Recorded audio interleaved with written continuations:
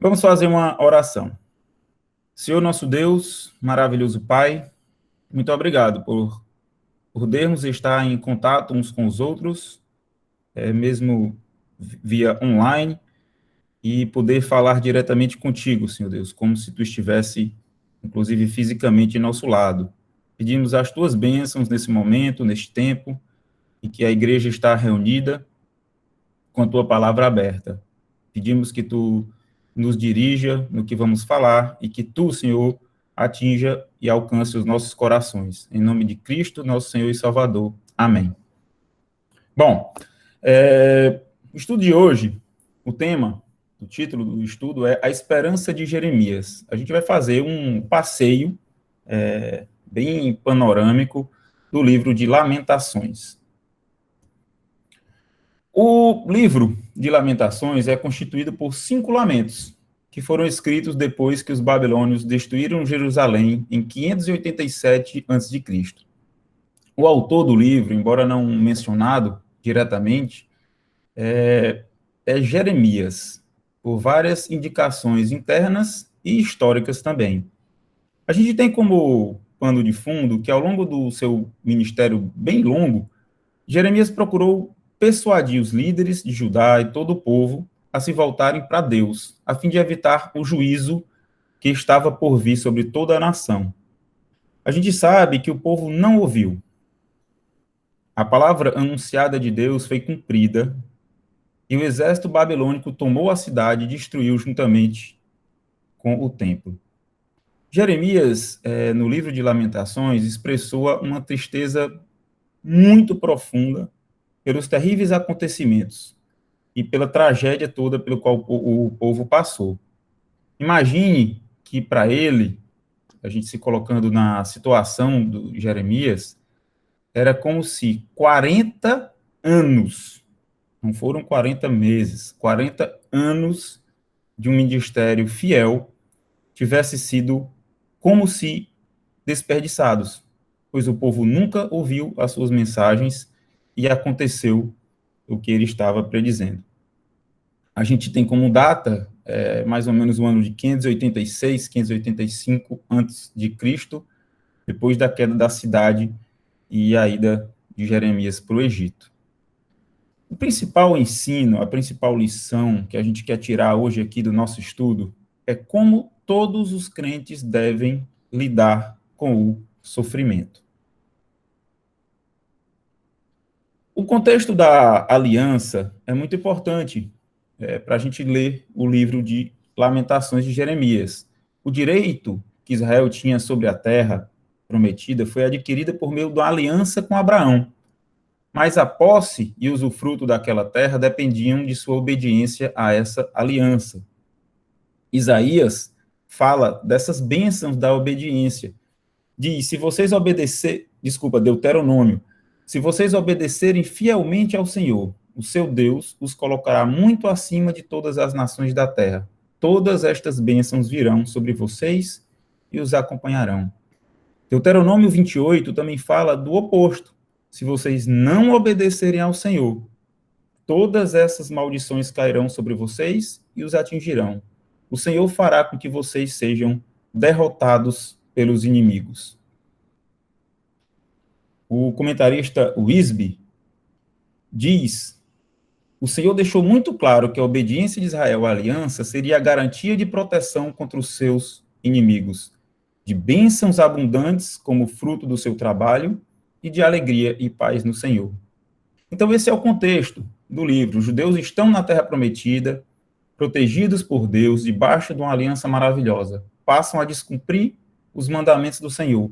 Vem Jeremias, e por 40 anos adverte o povo das consequências dessa rebeldia. E finalmente chega o dia do cumprimento da palavra do profeta. E Jeremias, profundamente comovido, escreve o livro de Lamentações. O tema central do livro a gente pode considerar como sendo o versículo 1 do capítulo 3. Eu sou o homem que viu a aflição trazida pela vara da sua ira. Jeremias foi testemunha do cumprimento da promessa de Deus. Ele sentiu o peso da mão de Deus e reagiu de forma surpreendente. A gente vai ver o registro de um dos maiores testemunhos de fé encontrado nas Escrituras. A gente já está aí com 30 e poucas pessoas, é um bom número, mas quem chegar depois daqui pode perder um pouco o fio da meada, porque apesar de Lamentações, o livro já está dizendo, né, são lamentações, mas o foco do nosso estudo aqui hoje não é a ira e o castigo pelo pecado. A ira de Deus e o castigo que Deus trouxe pelo pecado do povo não será relacionado por mim com o nosso momento que a gente está vivendo hoje. Eu não quero fazer esse link e nem quero focar no estudo de hoje, que os sofrimentos causados pela situação que a gente está vivendo hoje, do Covid, relacionar isso tudo aqui como se fosse relacionando com o castigo que Deus aplicou na história de Israel. Eu não quero fazer essa analogia e o foco do estudo não é o castigo nem a ira de Deus. O que eu queria enfatizar hoje é o modo como Jeremias lidou com o sofrimento e tirar lições para a gente lidar com os nossos próprios. Então, esse é o foco, é a reação de Jeremias. A gente vai dar um passeio por todo o livro, então não tem como não falar, né, da situação difícil que Judá passou ali, mas sempre tentando tirar lições no foco principal, que é a reação de Jeremias mediante toda a situação vivida por ele e por todo o povo. Então, vamos começar aí nosso passeio pelo livro de Lamentações. O capítulo 1 de Lamentações fala da ruína, fala da desolação de Judá. O povo todo se orgulhava da cidade de Jerusalém, que era sua capital e o lugar onde ficava o Santo Templo. Aquela era a cidade de Davi, era o Monte do Senhor. Onde estava o Monte do Senhor? Os judeus acreditavam que a cidade era invencível. Talvez por isso que eles tenham tido erroneamente uma confiança muito exagerada, que o que Jeremias vinha dizendo, ano após ano, que está lá escrito no livro de Jeremias, aquilo não ia se cumprir daquela forma, não. Eles não acreditavam. Talvez por essa confiança exagerada que a cidade é invencível e que a cegueira do próprio pecado fez com que eles não crescem e não enxergassem todas aquelas profecias. O capítulo 1 de Lamentações mostra uma cidade solitária e afligida. Começa pesado. Começa falando da desolação de Jerusalém. Versículo 1 diz logo, como já é solitária a cidade, outrora populosa. O versículo 3 diz que Judá foi levado ao exílio, afligido e sob grande servidão. O capítulo 1 fala de guerras, fala de incêndio, morte, destruição de tudo quanto era sagrado para os judeus. A gente vê também, no capítulo 1, o retrato de uma bela princesa abandonada em uma terrível situação. O versículo também fala, se parece uma viúva, a que antes era grandiosa entre as nações. A que era princesa das províncias, agora tornou-se escrava. Em vez de confiar no Senhor, a princesa tinha confiado em amantes e amigos. O versículo 2 fala, chora amargamente à noite, as lágrimas rolam por seu rosto. De todos os seus amantes, nenhum a consola. Todos os seus amigos a traíram, tornaram-se seus inimigos. Ou seja, nações pagãs aliadas a ela. Preferiram confiar em nações pagãs do que no próprio Deus. Os atos de Judá foram comparados com uma traição de uma esposa a seu marido. Apesar da devastação do país ter sido causado diretamente pela Babilônia, que foi lá e invadiu, então o povo que estava lá vivendo viu o exército inimigo entrando e cercando a cidade e destruindo tudo. Apesar disso, Jeremias atribuiu aquele acontecimento terrível ali a Deus. Deus estava no controle. No mesmo capítulo 1, Jeremias repete o termo o Senhor várias vezes seguidas. Ele diz: o Senhor afligiu Jerusalém. O Senhor entregou Jerusalém aos seus inimigos. O Senhor ordenou o ataque do inimigo. Ele sabia que Deus estava no controle de tudo. A gente já começa logo no capítulo 1, tirando lições práticas do livro de Lamentações.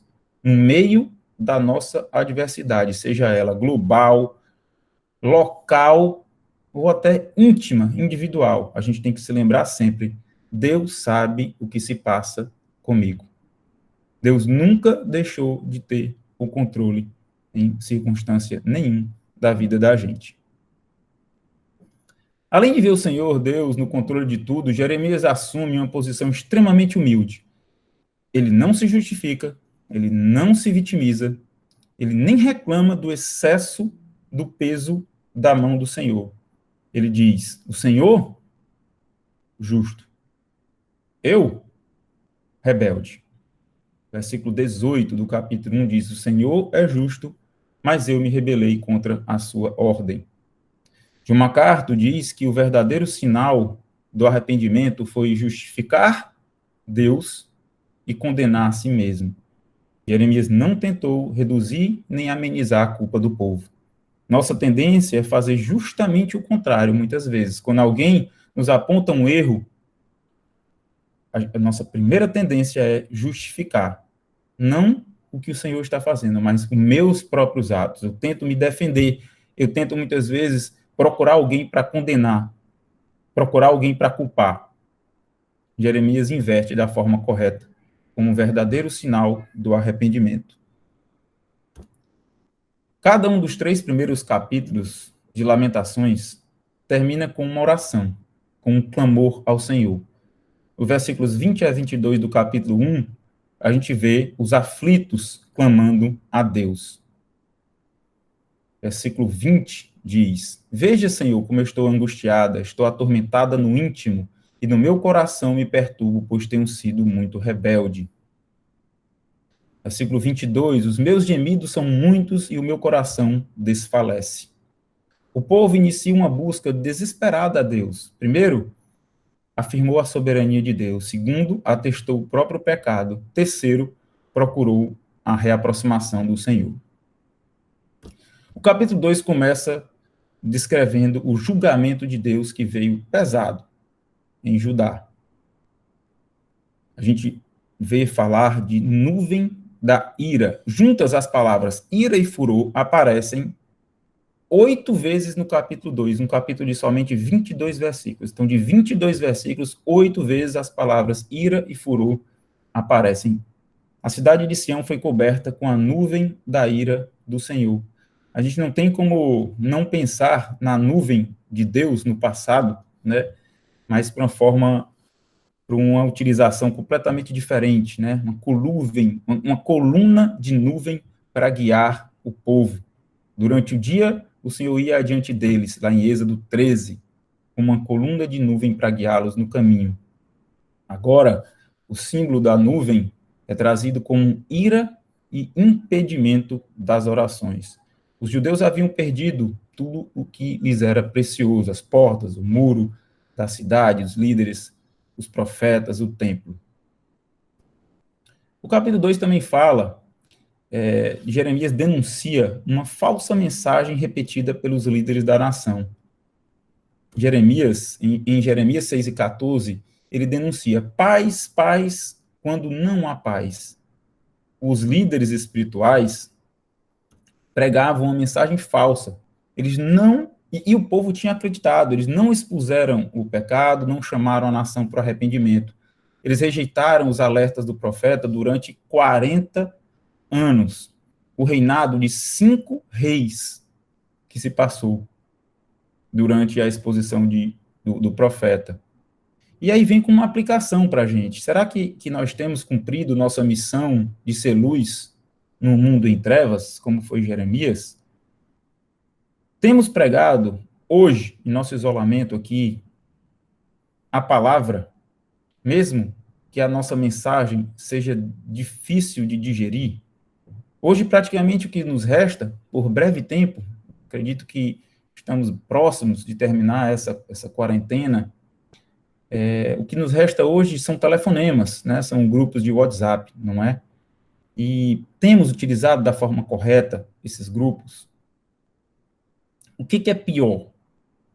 É falar a verdade que incomoda ou é falar de uma falsa paz que tranquiliza e poupar os ouvidos das pessoas com textos, com frases, com versículos muitas vezes tidos como politicamente incorretos? O que você tem semeado hoje nos nossos telefonemas, nos nossos grupos de WhatsApp, nas nossas mídias sociais? A gente tem plantado as escrituras que certamente levarão pessoas a pensar um pouco, a refletir. A gente nunca sabe o efeito de um versículo para um grupo, para uma pessoa. Ou a gente tem semeado apenas notícias desse mundo. O capítulo 2 termina, novamente, como eu falei, com um clamor. O povo sabia que era culpado e clama: levanta-te, derrama como água o coração perante o Senhor. Né? Tudo que restava fazer para o povo era derramar como água o coração perante o Senhor. Versículo 20 diz: olha, Senhor, e considera o que eu estou te pedindo.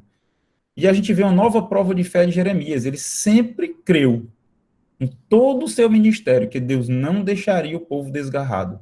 Ele cria que a promessa de perdão e restauração também fazia parte da aliança de Deus. Lá em Deuteronômio 30, diz: quando todas essas bênçãos e maldições lhe sobrevierem, e elas o atingirem, onde quer que o Senhor, seu Deus, os dispersar, e quando vocês e seus filhos voltarem para o Senhor e lhe obedecerem de todo o coração, então o Senhor lhes trará a restauração, terá compaixão de vocês e os reunirá novamente entre todas as nações que tiver espalhado. Jeremias nunca deixou de crer na promessa que um dia eles estariam novamente restaurados. Então a gente chega no capítulo 3, que tem como tema a esperança do profeta.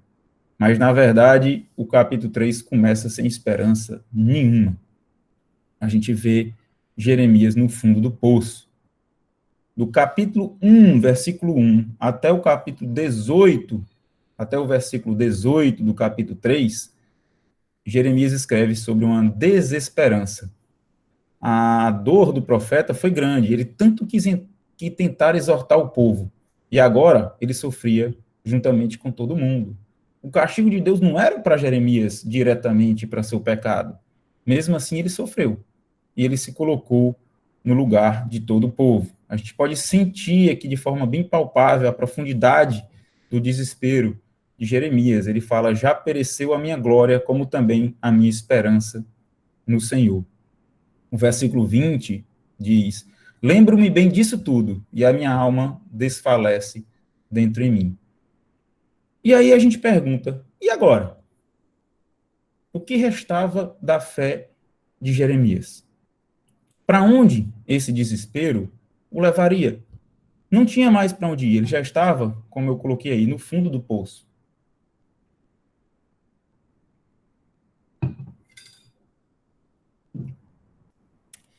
Mas a partir daí a gente vê uma guinada. O tom da escrita de Jeremias passa a ser outro. Jeremias muda o foco da atenção dele. Ele passa a se concentrar não mais em si, não mais nas circunstâncias, mas em Deus. No versículos 19 a 39 do capítulo 3, que eu enfatizo aqui para os irmãos lerem depois desta aula, deste tempo juntos, leiam com calma, leiam meditando nas palavras. É belíssimo, irmãos. Jeremias passa a falar na esperança que podemos depositar em Deus, qualquer que seja a situação que a gente se encontra. E Jeremias dá um dos maiores exemplos da fé, ou de fé, da Bíblia. Vamos ler só alguns versículos, do 21 a 26. Jeremias, lembra, ele estava no fundo do poço e diz: que esperança há? Não tenho mais esperança. Aí ele fala no versículo 21, quero trazer à memória o que pode me dar esperança. As misericórdias do Senhor são a causa de não sermos consumidos, porque as suas misericórdias não têm fim. Renovam-se cada manhã. Grande é a tua fidelidade. A minha porção é o Senhor, diz a minha alma.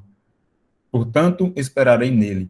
Bom é o Senhor para os que esperam por ele, para a alma que o busca. Bom é aguardar a salvação do Senhor. Aí você esfrega os olhos, vê se está enxergando direito. Jeremias começa a falar de esperança, do grande amor do Senhor, das misericórdias que não têm fim, da fidelidade que é grande. Bom é o Senhor. Isso é incrível. Como pode? Lembra, a dor não tinha passado ainda. A história não terminou com um final feliz. Jeremias estava lá ainda, bem no meio daquela terrível calamidade. Como pode? É possível ter uma reação dessas no meio da dificuldade, no meio de uma calamidade daquela que Jeremias estava vivendo? E a gente sabe, irmãos, que sim, é possível ter uma reação dessa, mas isso não é automático. É preciso exercício, é preciso esforço espiritual, é preciso de fé.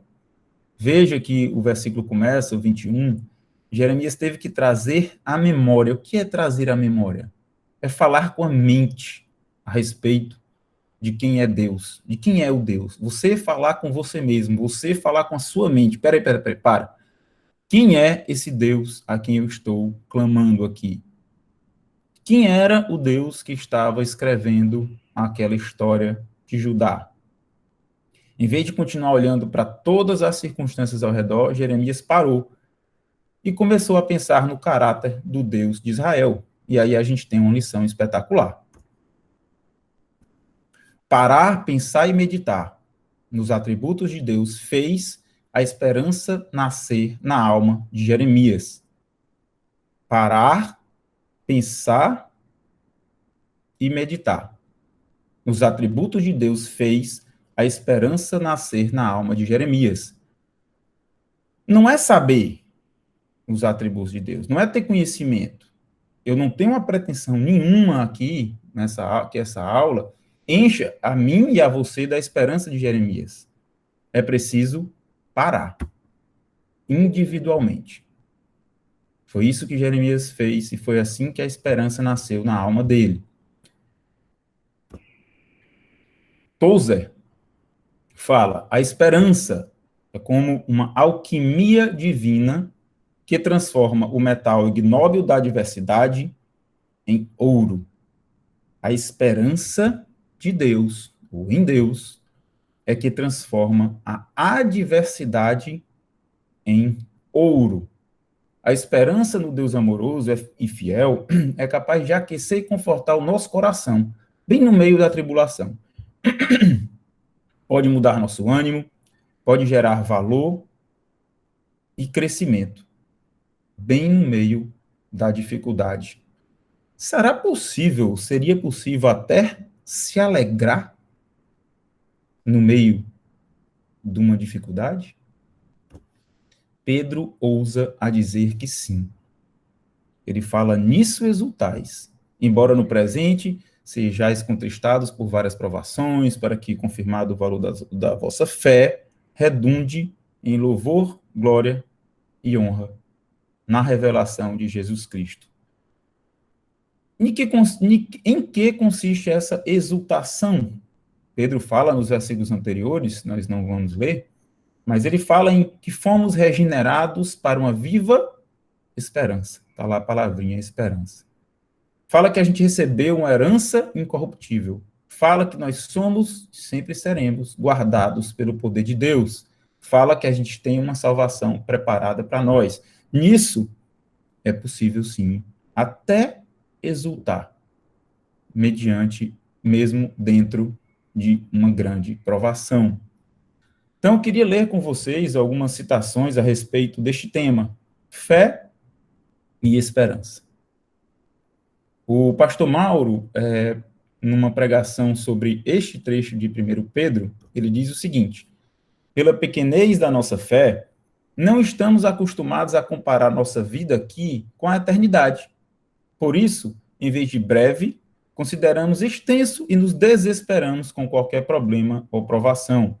Ele continua dizendo: qualquer coisa que faça bem à sua fé deve ser altamente valorizada, buscada e priorizada, porque nossa fé é mais valiosa do que qualquer outra coisa na vida.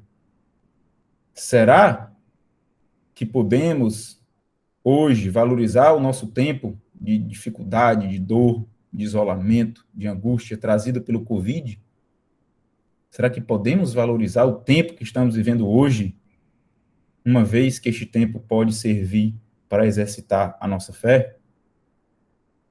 O comentarista Wisby fala: a incredulidade nos leva a ver Deus por meio das circunstâncias e assim traz consigo o desespero. A fé, porém, permite que vejamos nossas circunstâncias por meio da realidade de Deus, e isso traz consigo o quê? A esperança. A incredulidade faz com que eu primeiro olhe para as circunstâncias. Dependendo de como ela esteja, eu vejo Deus. Meu filho está bem de saúde? As finanças vão bem? Sim, Deus é bom. Deus é maravilhoso. Deus é justo. E se as coisas não vão bem? Aí eu tenho que olhar o contrário. Eu olho primeiro para o caráter, para os atributos e para as promessas de Deus. E eu posso ganhar uma nova perspectiva de ver a vida. Olhe para si mesmo e vai ficar deprimido. Olhe para as circunstâncias e vai ficar angustiado. Olhe para o Senhor e nós seremos abençoados. O versículo 22, que a gente já leu, traz uma palavra que é traduzida como misericórdias. As suas misericórdias são inesgotáveis.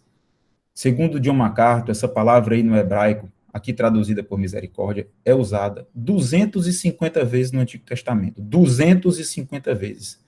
Segundo ele, essa palavra se refere ao amor gracioso de Deus.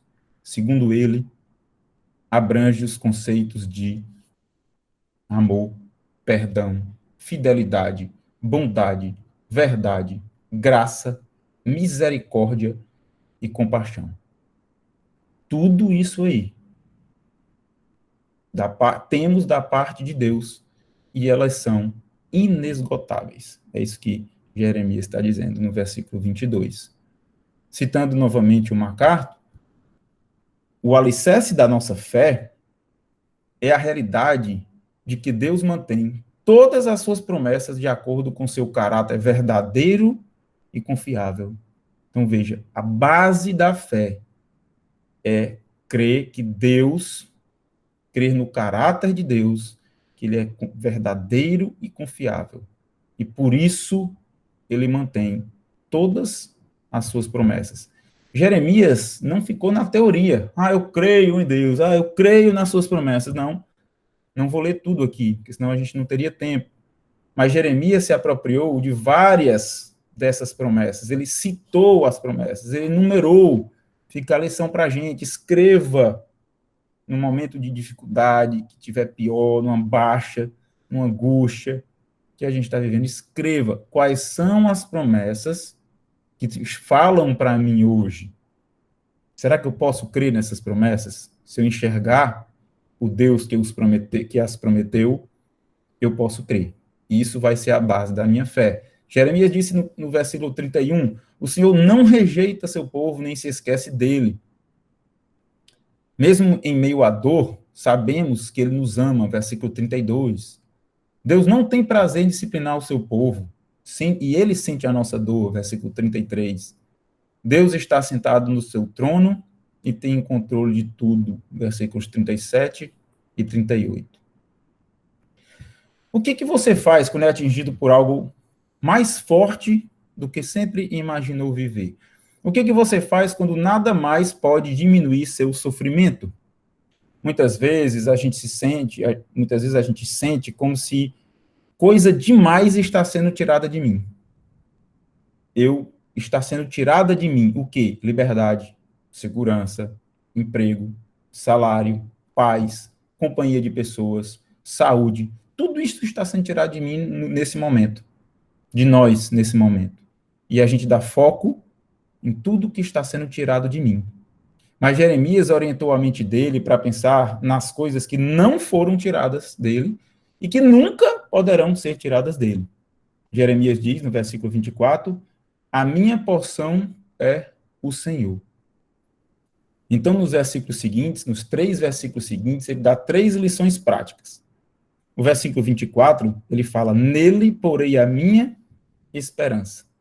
Então, a lição prática é pôr a esperança em Deus. Em que eu vou ter a esperança hoje em dia? São em vacinas, que vai curar o vírus? É no álcool 70, que eu vou lavar minha mão 200 mil vezes por dia? É no governo? É na medicina para achar a cura? Em que? É no meu isolamento? Não vou ter contato com ninguém? Não vou nem no supermercado? Em que eu vou colocar a minha esperança? Isso é coisa prática, irmãos, isso não é teórico. Jeremias diz, não, eu esperarei no Senhor. Ele é meu bom pastor, que cuida de cada uma das suas ovelhas. Segunda lição prática, no versículo 25, o Senhor é bom para com aqueles que o buscam. Isso também não é teórico, é prático, buscar conforto em sua palavra, nas suas promessas, como nós já falamos, buscar através da oração, buscá-lo através dos irmãos. Por que não? Recentemente, o pastor Watson ligou para mim, no meio da semana. Eu estava aqui, inclusive eu estava numa reunião, ele me ligou, eu retornei para ele assim que acabou, para falar de coisas da igreja, da EBD, e foi tão gostoso aquele papo com ele, aqueceu o meu coração. Quantas vezes a gente, ao sentir necessidade, está ligando para irmãos, hoje em dia? Isso também é buscar ao Senhor, buscar pessoas que vão nos encher da esperança de Deus. Versículo 26, bom é esperar tranquilo pela salvação do Senhor. Esta talvez seja a mais difícil das ações, a ação de esperar. Quando não tem mais nada a fazer, temos que esperar tranquilo no Deus Todo-Poderoso. Ele sabe o tempo certo do seu livramento. Chegamos no capítulo 4, já avançando para o final do estudo. Jeremias novamente fala do sofrimento do povo. O tema do capítulo 4 é a disciplina do Senhor. O Jeremias apresenta imagens bem vívidas, bem fortes, que descrevem a calamidade que o povo sofreu no cerco e na queda de Jerusalém. Ele fala de fogo, fala de sangue, fala de cálice, coisas que eu não vou detalhar aqui. Chegamos no capítulo 5, e vem a declaração do remanescente judeu. O capítulo 5 todo é uma oração do profeta por si e pelo povo. No versículo 19, diz, tu, Senhor, reinas para sempre, teu trono permanece de geração em geração. Jeremias novamente foi consolado pelo fato de que Deus, por todo aquele tempo, estava assentado em seu trono soberano, governando lá do céu sobre tudo. E ele termina um pedido humilde e comovente. Ele diz, restaura-nos para ti, Senhor, para que voltemos. Renova os nossos dias como de antigamente. Esta é a famosa pintura de Rembrandt, que eu usei no slide inicial da aula. Não sei quem notou, quem percebeu que estava lá essa imagem. Essa pintura é chamada Jeremias lamentando a destruição de Jerusalém. Ela foi pintada sobre a madeira em 1630. Esse quadro, essa pintura está hoje, atualmente, exposto no museu em Amsterdã. O quadro mostra um velho triste, sentado sobre uma pedra, com uma cópia grande das escrituras ao seu lado esquerdo, no outro lado, pessoas fugindo de uma cidade em chamas. Eu li sobre um autor que tem essa imagem, que tem a imagem dessa pintura em um porta-retratos. E ele colocou no escritório dele. E eu fiquei pensando, é uma imagem triste, né? Mas ele diz, apesar de triste, a história traz uma lição para nós, e o autor faz questão de se lembrar todo dia. E a lição é que devemos viver um dia de cada vez.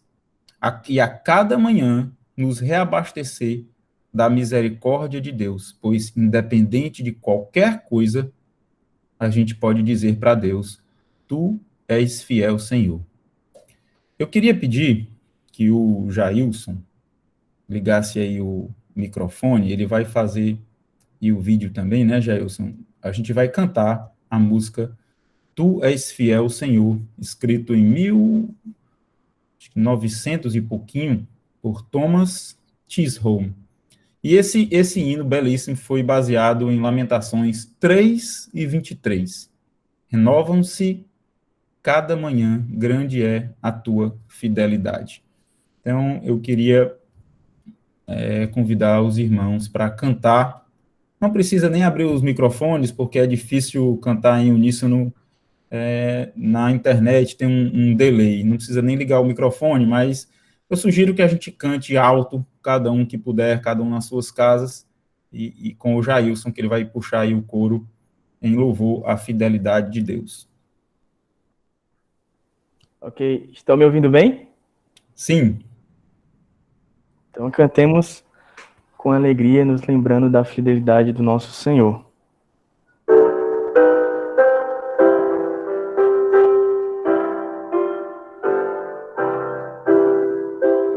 Tu és fiel, Senhor, meu Pai celeste, pleno poder aos teus filhos darás. Nunca mudaste, tu nunca faltaste, tal como eras, tu sempre serás. Tu és fiel, Senhor, tu és fiel, Senhor, dia após dia, com bênção sem fim. Tua mercê me sustenta e me guarda. Tu és fiel, Senhor, fiel amo. Flores e frutos, montanhas e mares, sol, lua, estrelas no céu a brilhar. Tudo criaste na terra e nos ares, todo o universo vem, pois, te louvar. Tu és fiel, Senhor, tu és fiel, Senhor, dia após dia, com bênção sem fim. Tua mercê me sustenta e me guarda. Tu és fiel, Senhor, fiel a mim. Pleno perdão tu dás a segurança. Cada momento me guias, Senhor, e no porvir, ó, que doce esperança, desfrutarei do teu rico favor. Tu és fiel, Senhor, tu és fiel, Senhor, dia após dia, com bênção sem fim. Tua mercê me sustenta e me guarda. Tu és fiel, Senhor,